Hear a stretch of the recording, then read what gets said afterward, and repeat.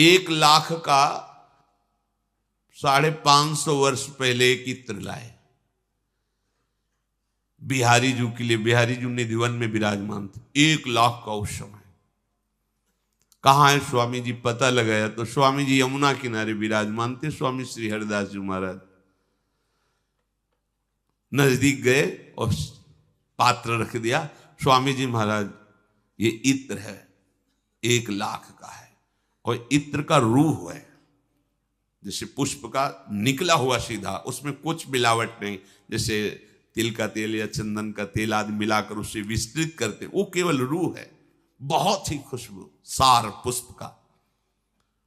स्वामी जी ऐसे खोले, ऐसे मारे, पूरा इत्र रेत में गिरते। बेचारे के हृदय में आग लग गई कि गाढ़ी कमाई का 1,00,000 का इत्र लाए, पर पता नहीं मतलब क्या है कि इन्होंने फेंक दिया इसे रेत में। बहुत दुखी बेचारा, पर श्रद्धा थी, क्योंकि महिमा सुनी थी। जो श्रद्धावान होते हैं वो जल्दी संशय को पुष्ट नहीं होने देते। संशय तो हो जाएगा महापुरुषों के चरित्रों पे, पर वो पुष्ट नहीं, बार बार वो लड़ते रहते, नहीं ऐसा नहीं, कुछ ना कुछ तो होगा दिव्यता इसमें। और उस समय स्वामी जी महाराज श्यामाजू के साथ लालजू से होली लीला खेल रहे थे, बिहारी जू से। तो बिहारी जू पिचकारी पे पिचकारी पी पिचकारी न छिरकत तकी तकी कुमकुम नीर। तो सखियां अपने अंचल से पिचकारी के वार को रोक रही थी। अब उसी समय ललिताजू के रूप में स्वामी जी श्यामाजू के साथ थे और इसने इत्र दिया, तो तत्काल वो इत्र खोल करके बिहारी जू के ऊपर पूरा डाल दिया। अब इत्र एकदम गिरा तो आग जपी, इतने सब सखियों ने उन्हें घेर लिया, पकड़ लिया, तालियां बजी, श्यामाजू की जय। अब स्वामी जी जब आंख खोले तो देखा वो बेचारा उदास खड़ा, तो उनका भैया निधिवन गए हो? निधिवन जाओ, बिहारी जी के दर्शन करो, जाके आंख खड़े क्या कर रहे हो? आज्ञा हुई। श्रद्धावान न होता तो काहे को आया था? निधिवन में जीव ही प्रवेश किया तो जो इत्र लाया था उसी की खुशबू। और जब गए तो बिहारी जो सराबोर उसी इत्र से वो समझ पे आओ हो, वो रेत में नहीं गिरा था, देखने में तो रेत में गिरा, वो बिहारी जी में। ये जो प्रेम की लीलाएं, प्रेम की बातें हैं, ये बड़ी विचित्र होती है। प्रेमियों का हृदय जाना नहीं जा सकता है। महाप्रभु चैतन्य देव तीर्थ यात्रा में जब भ्रमण कर रहे थे तो एक वैष्णव आए, ऐसे लग रहे थे कि जैसे ये किसी और देश में रहते हैं। एक विक्षिप्त से बावरो सो रस में फिरे खोजत नेह की बात। महाप्रभु तो प्रेमावतार हैं, दृष्टि पड़ी, देख के समझ गए कि बहुत ऊंची स्थिति के महात्मा है। गृहस्थ थे, आए, बड़ी दैन्यता से कहा, प्रभु जब आप पधारे ही हैं तो घर पधारिए और भोग आरोगिए। हाँ, महाप्रभु ने कहा, अहो भाग्य प्रभु, मुझ दीनहीन को पावन करने के लिए आपने स्वीकार कर लिया। प्रभु यही पास में गली में कुटिया है, कल 11 बजे आप पधारो, हम ही अकेले रहते, उस समय भोग आपको पवाएंगे। महाप्रभु ने कृष्णदास जी साथ थे, उनसे कुटिया दे और 10 बजे पहुंच गए। जब पहुंचे तो रोने की आवाज आ रही थी कुटिया से। पहली दृष्टि में तो महाप्रभु, कोई आश्चर्य नहीं हुआ कि ये आवाज रोने की क्यों है, क्योंकि वो खुद हर समय व्याकुलता पूर्वक हा कृष्ण, हा प्राणनाथ पुकारते रहते, अश्रुधारा चलती रहती। अंदर गए तो खंभा में ऐसे लगे हुए वो चिल्ला चिल्ला के रो रहे थे। महाप्रभु नजदीक गए और बहुत गंभीर मुद्रा में कहा कि प्रभु आपको किस प्रकार का दुख है, क्या बात है? आँख खोला, देखा महाप्रभु आए, रो पड़ा बड़ी जोर से और कहा, हमारी माता सीता को रावण स्पर्श कैसे कर लिया। और व्याकुल होकर उसियाराम के भगत महाप्रभु बैठ गए, जैसे बालक को दुलार करते ऐसे दुलार करते हुए कहा, तुम्हें शायद ये पता नहीं है, सीता जी अग्नि की गोद में विराजमान हो गई थी और छाया सीता का अपहरण रूपी लीला हुई, वास्तविक सीता माता तो अग्नि की गोद में विराजमान थी। नहीं नहीं, रावण ने स्पर्श कैसे कर लिया, हा माता। और महाप्रभु गए, लिखित ग्रंथ लाए, उसे दिखाया कि देखो इसमें लिखा है, तब संतोष हुआ। फिर कहा महाप्रभु से विराजो, अब हम भोग बना रहे, जो भी खिचड़ी आदि बनाया। प्रेमियों की एक अलग वृत्ति होती जिसको आप बाहर से नहीं पहचान सकते। भ्रमण करते हुए जा रहे थे तो एक वृक्ष के नीचे एक भगत बैठे, गीता जी खोले और दहाड़ मार के रो रहे थे। महाप्रभु ने कहा गीता में ऐसी कोई भावुकता वाले प्रसंग तो है नहीं, करुणा वाला, कि बहुत ऐसा करुणा का कथा का प्रसंग है कि जिसमें उपासक ऐसा, वो तो सिद्धांतों का वर्णन है, प्रेम के भी सिद्धांतों का वर्णन है। नजदीक गए, बैठ गए, वो ऐसे गीता जी लिए और ऐसे खोले, बस रोता ही चला जा रहा था, ऐसे तो महाप्रभु ने झांक के देखा तो उसमें एक छवि रख ली, हाथ में चाबुक है, लगाम है घोड़े की, और अर्जुन जी धनुष प्रत्यंचा खींचे हुए खड़े हैं और भगवान सारथी बने हैं। छवि को देखकर महाप्रभु ने कहा आप क्यों रो रहे हैं इतना? बोले इतने करुणाशील प्रभु कहां भगवान कृष्णचंद्र जो सारथी बन करके अर्जुन के रथ हाँक रहे हैं, कितने कृपा। और चिल्ला चिल्ला कर, भावुक हृदय का खेल ही अलग होता है। वहां ये ज्ञान विज्ञान सिद्धांत सब एक कोने में धरा रहता है। जो भावुक जन होते हैं, भाव प्राप्त करना चाहते हैं या भाव में डूबे हुए, वो नाम जप का हिसाब किताब नहीं रखते। अगर आप अभ्यासरत हो तो आपको खुद पता होगा, ये जैसे धड़कन चल रही ना, इसे आप नहीं चला रहे, ऐसे यहां नाम चलता है। तो अब आपके वो रोके रुकेगी क्या धड़कन? धड़कन रुकी मतलब मर गए। तद विस्मरणेन परम व्याकुलते थी। अगर कहीं जरा सा आभास हुआ कि नाम छूट गया क्या, तो उसको ऐसे लगेगा जैसे मृत्यु जनित कष्ट हो, परम व्याकुलते थी। ऐसे प्रेमी उपासक का रात दिन नाम पहरा देता है। नाम पहारू दिवस निशि ध्यान तुम्हार कपाट, रात दिन नाम का पहरा रहता है। हृदय में प्रीतम का ध्यान, मुख में नाम। प्राण कैद रहते नहीं तो निकल के भाग जाएं प्राण, पर नाम का पहरा रहता है, इसलिए प्रेमियों की एक अलग दशा होती है। जयदेव जी को जो राजा उठा के लाए थे और सेवा आदि की थी, तो उनकी पत्नी ने प्रार्थना की कि जब महाराज यहां हैं तो उनकी पत्नी को भी, तो जयदेव जी की प्रिया पद्मावती जी को किंदु बिल्व नाम के आश्रम से लिवा लाए। तो रानी के समीप बैठी थी। कुछ ही दिन हुए थे तो सूचना गई कि रानी के भाई जो एक राजा थे वो पधार गए, तो उनकी जो अर्धांगिनी थी वो चिता में जलकर भस्म हो गई। तो पद्मावती जी से कहने लगी कि हमारी जो मातृपक्ष बड़ा तेजस्वी, देखो ना वो सती हो गई। उनका तुमको हमने बताया कि हमारे भाई राजा थे, वो पधारे तो उनकी रानी सती हो गई, तुमने प्रशंसा क्यों नहीं की? जीवन भर उनके लिए जीवन धारण करके तड़पना, ये बड़ी बात है। और प्रेम तो उसे कहते हैं, अगर प्राण ही निकलना है तो सुनते ही प्राण निकल जाएं। अपने प्यारे का विछोह सुना कि प्राण निकल गए। महाप्रभु हरिवंश चंद्र जी की जे ही ये रसिकों को सूचना मिली कि महाप्रभु अंतर्धान हो गए, तजे तिही छिन प्राण, दोबारा सांस नहीं आई। कितने ऐसे महापुरुष थे जो ही सुना कि महाप्रभु हितजू महाराज अंतर्ध्यान हो गए, तो बस जो जैसी निष्प्राण हो गए। तजे तिही छिन प्राण, इस समय प्राण निकले।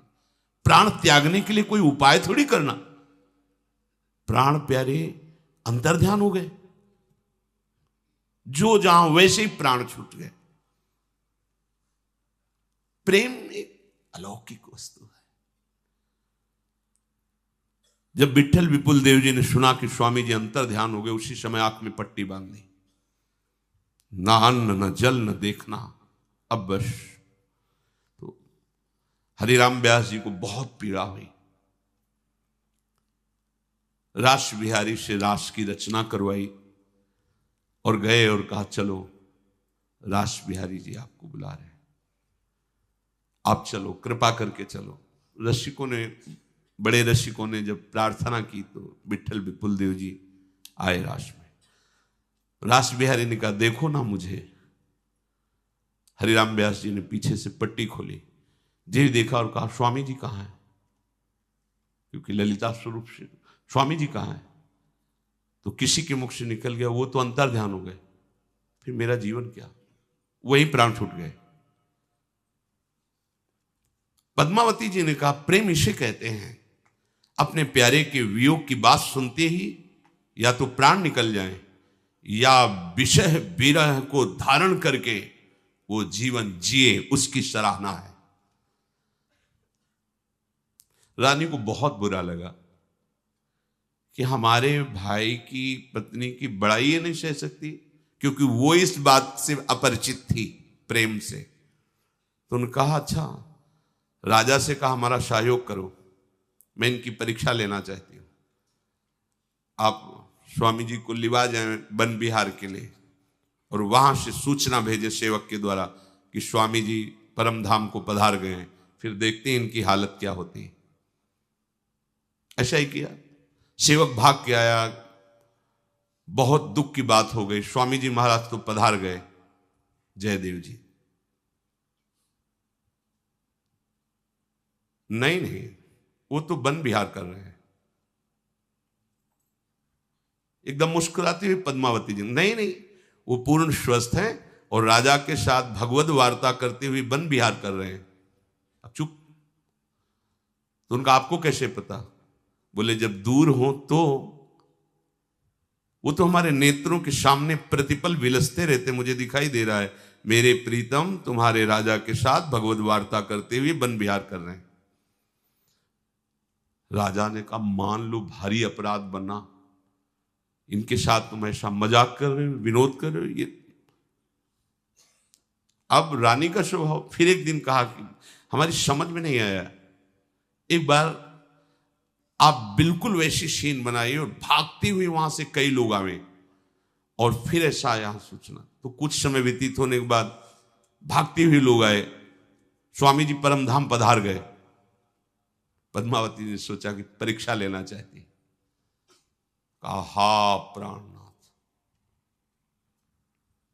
तत्काल शरीर छूट गया, बिल्कुल जो शव स्थिति वही पद्मावती जांच कराई। अब तो सब घबरा गए। श्री जयदेव स्वामी से कहा कि अपराध बन गया ऐसा ऐसा। अब कोई बात नहीं। आए और अष्टपदी का गान, जो ही गान किया तो हा श्याम सुंदर उठ के बैठ गए। भगवत प्रेमी महापुरुष की स्थिति को साधारण कोई नहीं जान सकता। अगर हमारे हृदय में भगवत प्रेम है तो कुछ अनुमानता हम जान सकते हैं, अगर प्रेम नहीं है तो बिल्कुल नहीं जान सकते। और सब साधनों का सुंदर फल प्रेम है। प्रेम एक दिव्य वस्तु है। ये जब हृदय में स्फुरित होता है तो रिद्धियां सिद्धियां मोक्ष वैभव ये सब कड़ुआ लगने लगता है। इसीलिए प्रेम का पथिक तो कोई बिरला ही होता है। कोई भोगों की चाह करता है, कोई सिद्धियों का चमत्कार दिखाना चाहता है, कोई अपना कल्याण मोक्ष चाहता है। प्रेम तो कोई बिरला ही करता है। प्रेमी जनों को तो अपने प्रेमास्पद का स्मरण इतना प्यारा लगता है कि प्रभु भी आदेश कर दे तो नहीं भूल पाएगा। अगर प्रभु कर दे, कह दें कि तुम्हें हमारी कसम है, तुम हमारी याद न करना, तो वो ये कसम निर्वाह नहीं कर सकता। फिर और भोगों की तो बात ही जाने दो। उसको अपने प्रभु की चरण धूलि में लौटने में इतना सुख मिलता है जो परम पद में भी नहीं। देखो ना, अक्रूर जी जब आ रहे हैं कृष्ण बलराम जी को लेने के लिए, तो जे ही वो ब्रजमंडल में प्रवेश करते हैं तो जौ वज्रंकुश से चिन्हित चरण चिन्ह को देखते कूद पड़े रथ से। लौट रहे हैं मेरे प्राण प्रीतम श्री कृष्ण के चरण चिन्ह। ऐसी प्रेम दशा हो रही कि सुखदेव जी कहते, परीक्षित समस्त साधनों का यही फल है कि जैसी इस समय अक्रूर जी की स्थिति है, ये स्थिति प्राप्त कर ली जाए। इसीलिए वृंदावन के रसिक जन प्रिया प्रीतम से भी यही मांगते हैं कि इसी धूल में हम लौटते हुए प्राण त्याग करें। ये परम सिद्धि। जय श्री भट्ट धूल धूसर तन, ये आप लाला बाबूजी ने तो गजब कर दिया। बड़े महान संत हुए हैं। लाला बाबूजी ने कहा, जब हमारा शरीर छूटे तो हमें कोई कांधे पे न ले, ये ब्रजभूमि है। मुझे घसीटते हुए मेरे शव को इस रज से ऐसे जैसे घसीट के लिए ऐसे, और उनकी आज्ञा के अनुसार कुछ दूर तक ऐसा किया गया, क्योंकि उनकी इच्छा थी मेरे शरीर को यहाँ कांधे पे नहीं, घसीट इस रज में घसीटते हुए ले जाया जाए और संस्कार किया जाए। प्रेम मार्ग प्राप्ति के लिए उपासक में किंचित भी कहीं वैर नहीं और कहीं राग नहीं। ये दो बातें बहुत आवश्यक। अगर राग है तो उसका चिंतन होगा, वैर है तो चिंतन होगा। फिर श्री कृष्णदास जी के शिष्य हैं लाला बाबूजी, बहुत बड़े धनी सेठ थे, लंगोटी लगा के रहते, भिक्षावृत्ति से जीते। पर जब कभी श्री कृष्णदास जी से कहते कि जो मंत्र प्रियालाल के सेवा स्वरूप की प्राप्ति कराता है, जिसे अपने यहाँ निज मंत्र कहते हैं, तो विरक्त भेष दे दीजिए और मंत्र दे। नहीं, अभी नहीं। तो उनको लगता है मेरे में कमी क्या है, ऐसा क्यों कह देते हैं, अभी नहीं, क्या कमी है। तो मन में जब लाला बाबू के रूप में थे, सेठ रूप में, तो रंगनाथ जी के जो सेठ जी उनसे थोड़ा सा मन मुटाव रहता था, तो वो अब भी था हल्का सा। तो उनका इसको मिटाना पड़ेगा, मन में सोचा, और झोली टांगे ही रहते थे, एक लंगोटी ही केवल लगाते थे। गए और सुबह भिक्षुकों को अन्न बंटता था रंगनाथ जी के मंदिर में। रंगनाथ जी के सेठ जी के सेवक जन बांटते थे। उसी पंक्ति में खड़े हो गए। सेवकों ने देखा, दौड़ के गए, बोले लाला बाबू आए हैं और भिक्षुक की पंक्ति में खड़े हुए। और अरे नहीं नहीं, ऐसा नहीं, तो बहुत सम्माननीय है। स्वर्ण की थाल में अशरफियाँ ले करके आए, क्योंकि महिमा तो सुन ही रहे थे, पर वो पूर्व का राग द्वेष थोड़ा सा। तो उन्होंने कहा कि बाबूजी आप पंक्ति में क्यों, आप तो हमारे विशेष आदर के पात्र हैं, क्योंकि धन में भी आप हमारे ही समान थे, पर वैराग्य में आपके सामने कुछ नहीं हूं। आपने जो प्रभु से अनुराग किया, संपूर्ण वैभव त्याग कर एक लंगोटी लगाकर भिक्षा, आपके सामने में कुछ नहीं हूं, ये तुच्छ भेंट स्वीकार। तो उनका नहीं, हम तो आपके भिक्षुक हैं, जैसे भिखारियों को खिचड़ी आदि दे रहे हो, ऐसे मुझको दे। दोनों का आंतरिक मन मुटाव खत्म हुआ। भिक्षा ली चले तो आगे कृष्णदास जी आ रहे थे, और उनका लाला बाबू आज मन कह रहा है कि तुम्हें विरक्त भेज दे दे, मंत्र दे दे। थोड़ा भी द्वेष, थोड़ा भी कहीं राग, वो हमारे अनन्य चिंतन में बाधा पहुंचा देता है। राग द्वेष रहित चित्त निरंतर प्रभु के सुमिरन में। जब तक हमें किसी और से प्रियता है और सुख की चाह है, तब तक हमारे परम प्रेमास्पद प्रभु का सतत स्मरण नहीं हो सकता। ध्यान से सुनिए, हम यही कमजोर हैं। जब तक हमें कुछ और प्रिय लग रहा है, कोई व्यक्ति, कोई वस्तु, कुछ भी, तब तक परम प्रेमास्पद प्रभु हमारे हृदय में स्फुरित नहीं होते। लोग कहते कब भगवत दर्शन होते हैं, कितना कर लें भगवत दर्शन हो जाएगा। इतना कर लो कि करने लायक न रह जाओ, और आर्त भाव से पुकार लो तो भगवत दर्शन हो जाएंगे। गोपी जनों ने बहुत ढूंढा, जब नहीं मिले तब लीला अनुकरण किया। कोई गोपी ओढ़नी उठा कर ऐसे कहती, तुम सब निर्भय रहो, देखो मैंने गिरिराज को धारण कर लिया। कोई कालिया नाग बन जाती, कोई चढ़ करके, वो लीला अनुकरण किया, फिर भी प्रभु ने तब क्या किया, रुदुष्वरम राजन, अब तो कुछ उपाय नहीं बचा, जब कोई उपाय नहीं बचता तो निरुपाय को एक उपाय आता है, रोना। बिन रोए किन पाइया प्रेम प्यारा मीत, रुदु सुस्वरम राजन कृष्ण दर्शन लालसा। तो उसी समय तासा मावीर भूत छोरी, इसमें मान मुखाम्बुजहा पीताम्बर धरा सृग्वी। साक्षात मनमथ मनमथा प्रभु वहीं प्रकट हो गए। लोग पूछते हैं भगवत दर्शन कैसे होंगे, क्या करूं? जब तुम कुछ करने लायक नहीं रह जाओगे, तब जो तुम्हारे अंदर भाव आएगा रोने का, उसी रोने में प्रभु आ जाते हैं। रुदु सुस्वरम राजन कृष्ण दर्शन लालसा। तो यदि तुम्हारे हृदय में किसी के प्रति जरा भी प्रभु से बढ़कर आदर भाव है, प्रेम भाव है, ममता है, सुख बुद्धि है, तो प्रभु परम प्रेमास्पद नहीं हुए तो फिर अखंड स्मृति नहीं होगी। और यहां हम लोग बड़े प्रमादी हैं इस विषय में। किसी वस्तु, किसी व्यक्ति, किसी स्थान के तात्कालिक अनुकूलता को अपना प्रिय मानकर हम अपनी वृत्ति को दे देते हैं, रागात्मक या द्वेषात्मक। ये बहुत बड़ी हानि है। ये साधारण साधकों की बात नहीं हो रही, ये अनन्यस चिंतयन्तो माम की बात हो रही, जिनका पूरा भार प्रभु ले लेते हैं।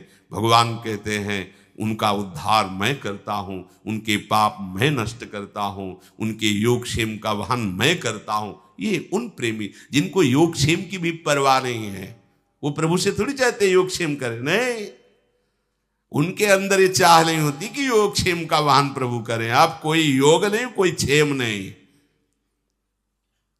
बड़ी अच्छी महामहिम स्थिति प्रेम की आती है केवल प्रभु से। जो हम व्रत, जो नियम, जो साधना हम कर रहे हैं, पर उससे हम भगवान को खरीद लेंगे, ऐसी भाषा मंत्र रखना हृदय में। इतने व्रत किए, इतनी तपस्या की, इतना किया, तो प्रभु को हम खरीद लेंगे। भूल जाओ, उनका नाम एक है, अनंत है। तुम जितना भी कर रहे हो सब अंत वाला है, अंत वाले से अनंत को नहीं खरीद सकते।